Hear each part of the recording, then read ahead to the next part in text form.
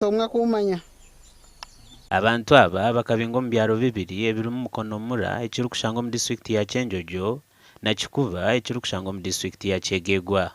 Aba bakabingo mu mwaka gw'2014 rero mu mwaka gw'2016 bazo wa mukuru w'ihanga rwa Kitura okweterera enduru nukwe government kubatwara mu itaka lya Kyaka yo kubanza muri Kyegegwa. Batwatundu bale kutwayikira mpa injura ya gomuyaga gwazi cyanyagura zona zaho. Twabona twaronde cyo kora cyabura abataka bakaba twimemera twatine n'icyo kurya. Twarugaho twabona abataka batandika kutwirwa ngo tubaruje mu bibanja ngo agoke bibanja tibyitu ngo president tarabituhire titwina abamanyiso bwono burereka ngo itaka bakalituha. Bakatuto mu poroti titwine cyo kurya umuntu nabaye nabani 10 in fact twine cyo kubalisa bakulemesize kushomesa nako ituru kubona no tukahaba bana mushango ngo bagwikiriza.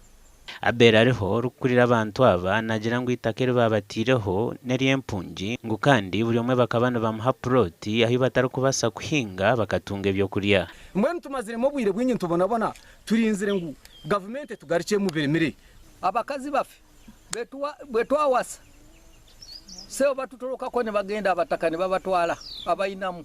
Aba ni bashaba government okubagarura mu makagabo ago bari kugira ngo akaba baguzire na sente zabo. Abana nababona tubine byo kuzwara tubine byo kurya abo ko mataka butwine tukakabamara tuyena abare kandi poroti kandi tutina nandagano ya haka porota ko bathire amataka gitu gariyokwe bakanga gatugarama bakama bange ngatetwogedde bingi tusaba batuyambi hatari yatusobanze bitwe kisunka abanyayuganda.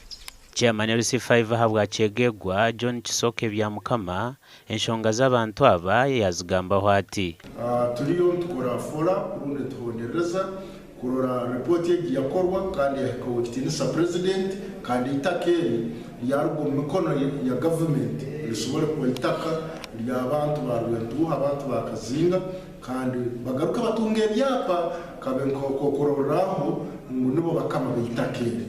Hatezi shaha ijire program za government kapalish modo itwaba abantu abo president yasindikire muri ubwo bukampo buyatutiremo twinena ku munonga habwo kwako kuzeyo kujyota indenda sente nguto ine kibanje to ine ndanga muntu to inahora baligwa mbwe no tori munya Uganda. Gashaka Philip Murangira.